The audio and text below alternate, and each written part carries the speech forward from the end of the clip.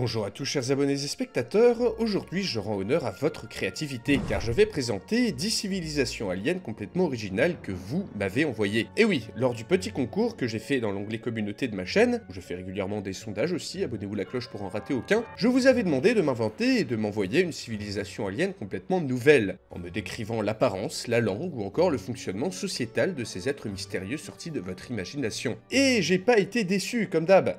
Il a été très difficile de vous départager, et je comptais remercier chaleureusement tous les participants pour leur créativité et leur investissement. Malheureusement, j'ai dû choisir parmi toutes ces propositions, pour vous présenter les plus originales et inventives à mon goût. Pas dans l'ordre bien entendu. Nous allons donc explorer des civilisations aliens, toutes plus étranges les unes que les autres, que j'ai tenté de résumer du mieux que j'ai pu. Ah oui, et j'ai également glissé une proposition de ma création sous un faux pseudo, parmi celles que je vais vous présenter, portant le nombre total à 10. Petit jeu dans les coms, saurez-vous retrouver ma civilisation alien? Un sondage pour déterminer votre préféré est également en description. Ah oui, et j'en profite pour glisser à ceux qui ne le savent pas, que je dispose désormais d'une chaîne Twitch. Donc pour les personnes qui souhaiteraient me voir en live, parler géopolitique, analyser mes anciennes vidéos, ou tout simplement geeker sur tout un tas de jeux, le lien est en description. Mais avant de partir dans un voyage intergalactique, j'aimerais vous présenter le sponsor du jour, le jeu vidéo de science-fiction The World After. Développé par le studio indépendant français Burning Sunset, The World After est un jeu d'aventure en point and click FMV, c'est-à-dire avec des prises de vue réelles et un système qui vous permet de cliquer et d'interagir avec les éléments du décor. L'histoire se situe dans un petit village en France durant le confinement. Le héros qui est auteur y passe quelques temps afin d'écrire son roman, mais se retrouve en proie à de terribles cauchemars, et aux prises avec un mystère qui le poussera à mener l'enquête durant cette aventure de plusieurs heures. Le jeu est de très bonne facture, vous laissant contempler de beaux panoramas tout en résolvant les énigmes qui s'offrent à vous. Ici, on suit avec plaisir le cabotinage des acteurs, surtout lui, qui m'a beaucoup fait rire, et on se laisse embarquer dans l'ambiance science-fiction rétro du jeu, qui se place tout de même dans un contexte actuel avec le confinement. En fait, on essaie vraiment de comprendre l'intégralité de l'histoire via les différentes fins que le jeu propose, et les logs vidéo à trouver un peu partout. Et en plus, ça fait plaisir de soutenir l'industrie vidéoludique indépendante française, surtout pour un projet aussi original. Enfin bref, The World After c'est du très bon, donc n'hésitez surtout pas à visiter le lien Steam dans la description et le commentaire épinglé pour vous le procurer. Et maintenant, chers abonnés et spectateurs, sans plus tarder, place à l'introduction.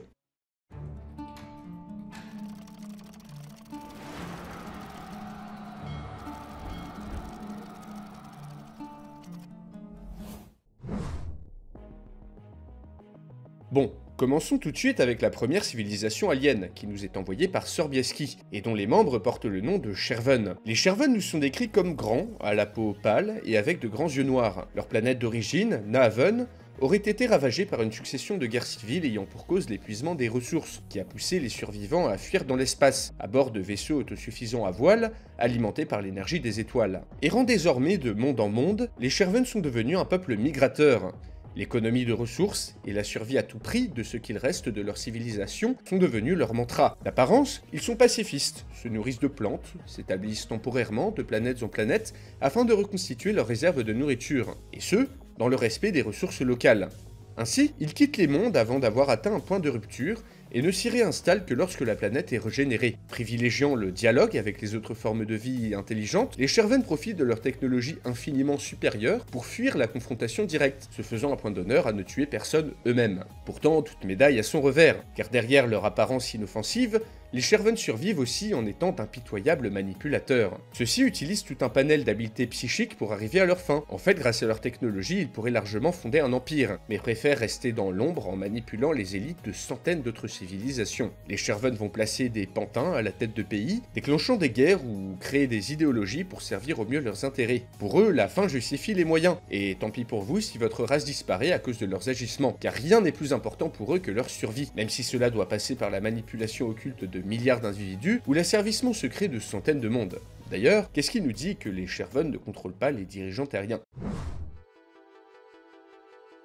Cette civilisation nous est envoyée par Bad Wolf, qui nous apprend l'existence de la race des fluides aux confins de la Voie lactée. Il y a plusieurs siècles, une pluie d'astéroïdes aurait traversé une petite planète océanique, la transperçant de part en part et éjectant une quantité d'eau phénoménale dans l'espace, qui ne tarda pas à se greffer aux astéroïdes restants, aux côtés d'une quantité de magma importante. D'étranges agglomérats se forment dans le vide composés d'astéroïdes enveloppés d'eau, qui peut rester liquide grâce à la gravité très forte de ces objets célestes. Cet ensemble disparate commence on ne sait comment à développer une conscience. Au début limité à de simples courants dans l'eau entourant les astéroïdes, les fluides prennent vite conscience que les différents bouts de roche autour desquels ils gravitent ne sont pas éternels, et vont ainsi les partager entre eux, permettant la formation d'entités beaucoup plus grandes, à la gravité plus forte. Parcourant le cosmos, ces êtres vont trouver d'autres planètes composées de glace ou d'eau, qui après le sacrifice d'un des leurs, projetés dessus, vont être détruites afin d'éjecter assez de liquide dans l'espace pour créer de nouveaux fluides, ou d'en alimenter des anciens, le tout dans un rituel appelé libération. Prenant des contours de plus en plus évolués au cours des siècles,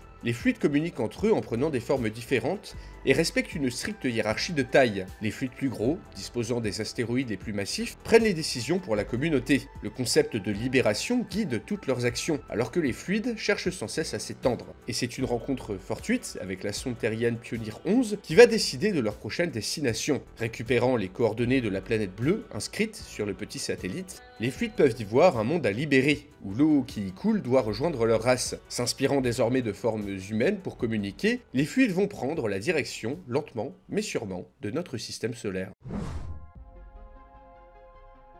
Cette civilisation nous est envoyée par Adrovae, et nous décrit une planète où il ne fait pas si bon vivre. Aplati à l'équateur, possédant 2 lunes et un noyau massif, ce monde est séparé en son centre par un immense mur de glace, sans cesse alimenté par des orages provoqués par les vents violents provenant des deux côtés. Stérile au pôle, cette planète possède une mince bande de verdure près de l'équateur, couverte de nuages, et dont la forme de vie principale est le champignon, qui s'est développé dans toute la forêt. Les habitants sont adaptés aux dures conditions. D'environ 1,35 m, ceux-ci sont quadrupèdes, recouverts d'écailles, et complètement sourds à cause des orages constants dus à la proximité du mur de glace. Disposant d'une forte ossature et d'une puissante mâchoire, ces individus se nourrissent du mycélium, qui leur permet également de communiquer entre eux, via un complexe réseau de phéromones. Regroupés en tribus primitives d'une trentaine de membres, fonctionnant selon un système matriarcal, ces aliens vénèrent, des deux côtés de l'équateur, le mur de glace, qui, dit-on, les protège d'un grave danger. Mais ayant fini par évoluer, ces étranges êtres quadrupèdes vont mettre à profit l'abondance d'oxygène dans leur atmosphère pour construire un vaisseau volant qui leur permet de découvrir de l'autre côté du mur de glace des êtres en tout point semblables à eux. Enfin réunis par ces vaisseaux rudimentaires, ces aliens vont mutualiser leurs efforts pour s'échapper de cette planète hostile, et pour trouver des éléments leur permettant de faire disparaître le mur de glace en provoquant un effet de serre.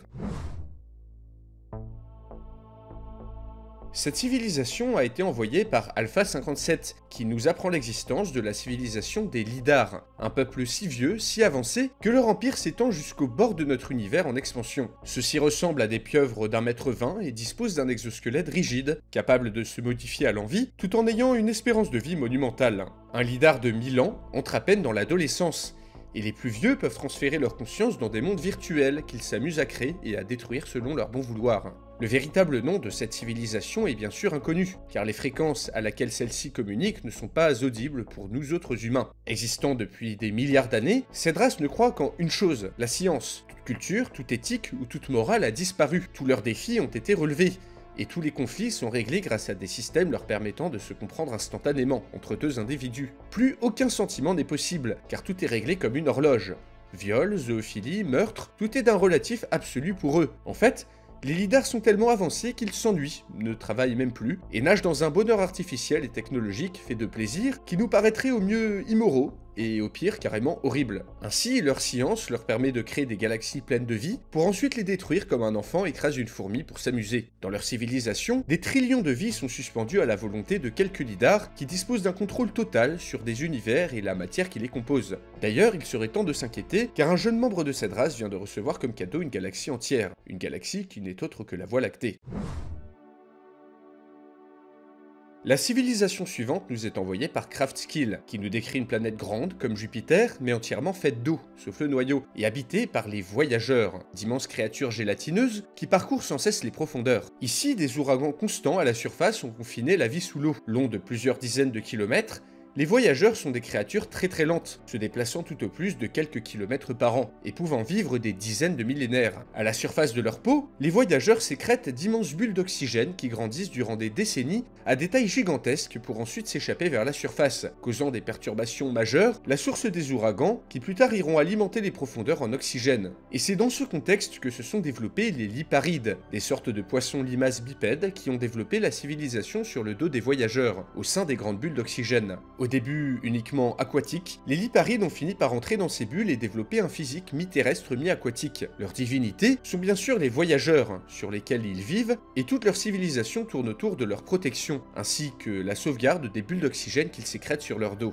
Aiguillés par leurs prêtres, les liparides vont donc protéger les voyageurs des prédateurs marins qui les déchiquettent petit à petit, les aident à trouver des partenaires d'accouplement, chose qui peut prendre des centaines d'années tant les voyageurs sont lents, et protègent à tout prix les bulles en construisant de petits tubes vers la surface afin d'évacuer l'excès d'oxygène. Deux tribus de liparides habitant sur des voyageurs différents peuvent aussi se rencontrer, essayant chacun d'abattre la grosse bête gélatineuse de l'autre en cas de guerre, ou s'alliant pour que les voyageurs s'accouplent. Ainsi, voyageurs et liparides, ces deux espèces en symbiose, tournent à l'infini dans les profondeurs de cette planète.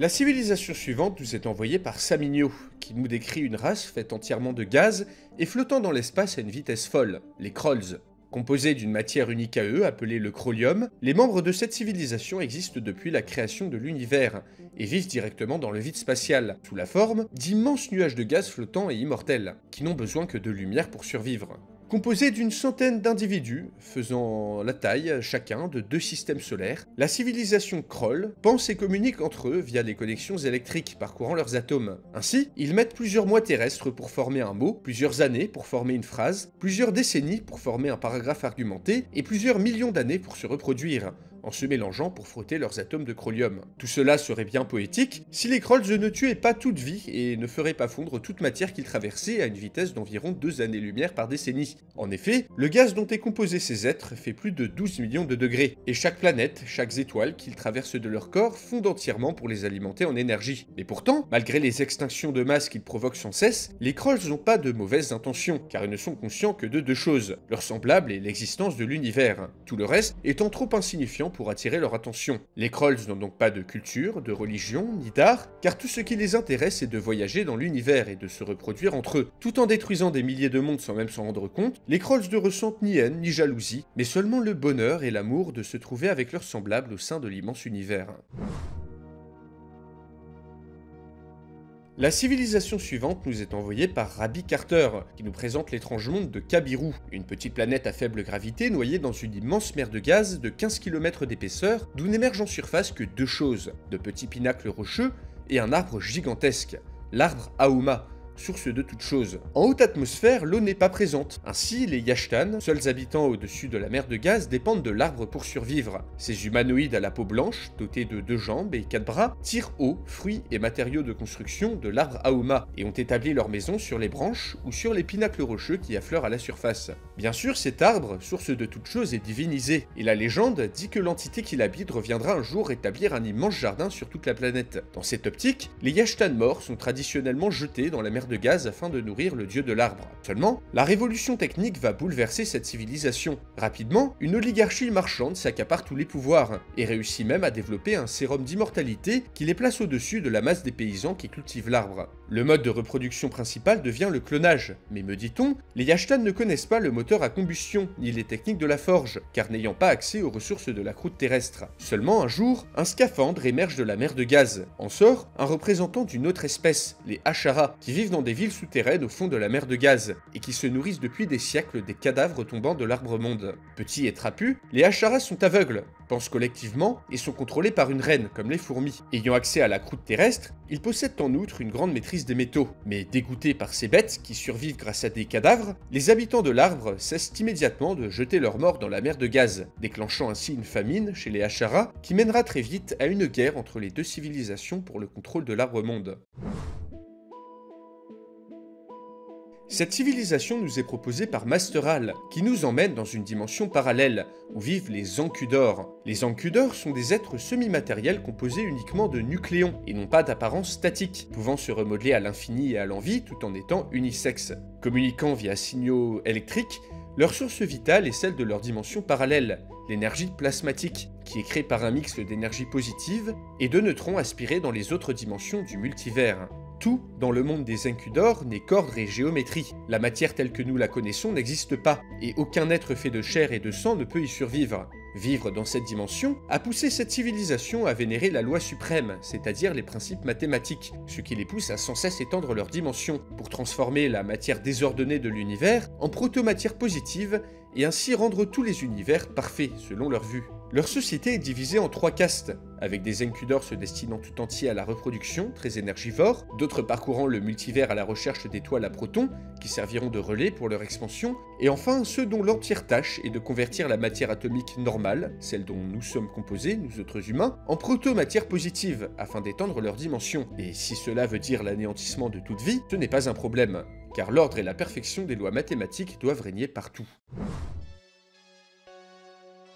La civilisation alien suivante nous est envoyée par Comte de Dordogne, qui nous présente un système solaire rempli de Stumen, des créatures de 4 à 6 mètres de haut qu'on pourrait qualifier d'hommes cactus. Dans l'histoire de cette civilisation alien, les humains ont découvert le système habitable KB33000, et y ont trouvé sur toutes les planètes cette race mi-organique, mi-végétale, qui se nourrit principalement de soleil grâce à la photosynthèse. La peau des Stumen est recouverte d'épines, ce qui leur permet de repousser les prédateurs ou encore de capter la rosée du matin. Ce sont des êtres sociables qui se reproduisent par floraison et dont les bébés poussent dans la terre. Possédant des yeux et des doigts opposables, ils communiquent entre eux grâce à une langue des signes et peuvent manier des outils. Lors de l'arrivée des humains, les Stumen maîtrisaient quelques technologies de l'âge de pierre, mais ont vite été asservis car ils sont très sensibles aux sons stridents, ce qui permet aux humains de les contrôler via un sifflet. Ainsi, l'humanité a pu utiliser cette race comme main-d'œuvre corvéable à merci. Et quelques siècles plus tard, quelques dizaines de milliers d'humains règnent dans ce système sur des dizaines de millions de Strumens, à l'intérieur d'empires, de royaumes et de potentats constamment en guerre les uns contre les autres. L'introduction de nouvelles espèces et de maladies provoque des désastres écologiques en cascade. Seulement, des manipulations génétiques sur certains Strumens finissent par en immuniser quelques-uns au son strident, ce qui va les pousser pour la première fois à entamer leur grande révolution.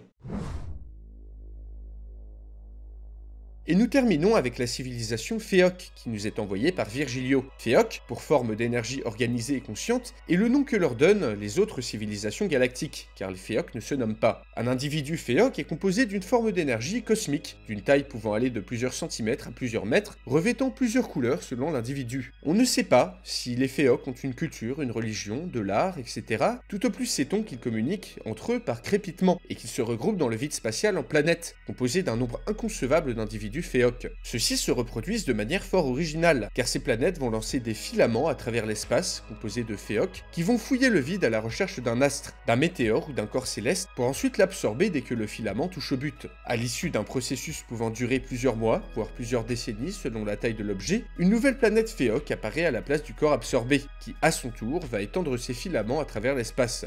Pour l'instant, personne n'a trouvé de moyen d'empêcher les Féoc d'absorber un objet spatial, mais leur lenteur laisse généralement le temps à certaines espèces de s'enfuir.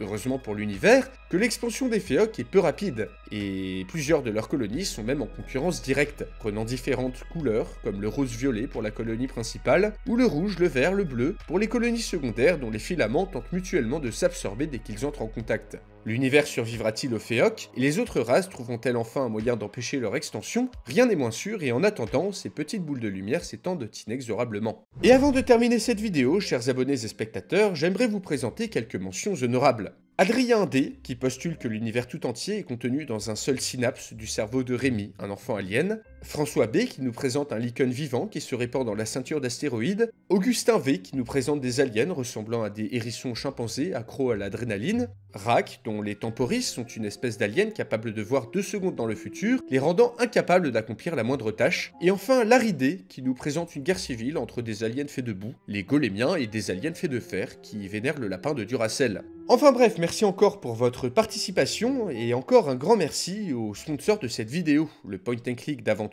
The World After. Si vous voulez passer un moment agréable tout en soutenant la création indépendante française, vous pouvez aller acheter le jeu en cliquant sur le lien Steam en description. N'hésitez pas à vous abonner si le concept vous a plu et que vous voulez soutenir la chaîne. Vous pouvez également aller faire un tour sur mon Tipeee afin de soutenir plus avant la chaîne financièrement si vous le souhaitez. Et en attendant, on se dit à la prochaine pour une nouvelle vidéo.